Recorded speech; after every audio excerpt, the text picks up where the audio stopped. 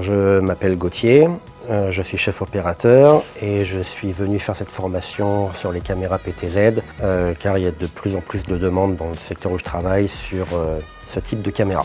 Alors la caméra PTZ, c'est une caméra robot qui est commandée à distance en général dans une régie via un pupitre qui permet de contrôler plusieurs caméras, près de 200 d'après le pupitre, quelques-unes plus raisonnablement.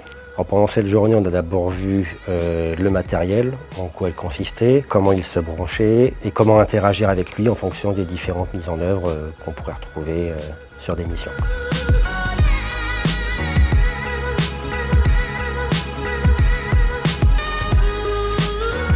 Je m'appelle Franck Mougenot, je suis ingé vision et formateur sur les caméras, que ce soit des caméras classiques ou des caméras PTZ. Alors en fait, on voit effectivement les fonctionnalités à la fois robotiques et les aspects colorimétriques de réglage des caméras, comment raccorder les caméras entre elles, comment mettre en mémoire des positions, enregistrer des mouvements, tout ce qu'on peut effectivement devoir faire en exploitant les caméras PTZ.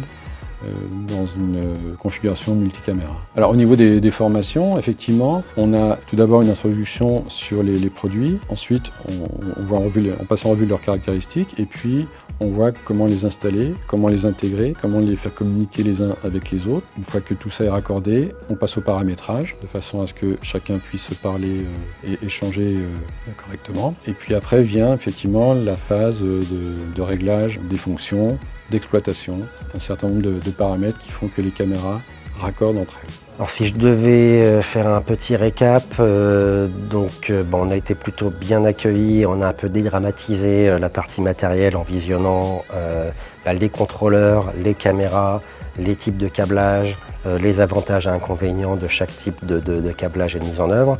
Puis on est passé à une partie plus pratique en explorant un peu les menus des caméras et des contrôleurs. Et là, on est sur une partie où on termine la journée sur une mise en œuvre, voir comment interagissent les appareils entre eux et comment faire des mémoires, des presets.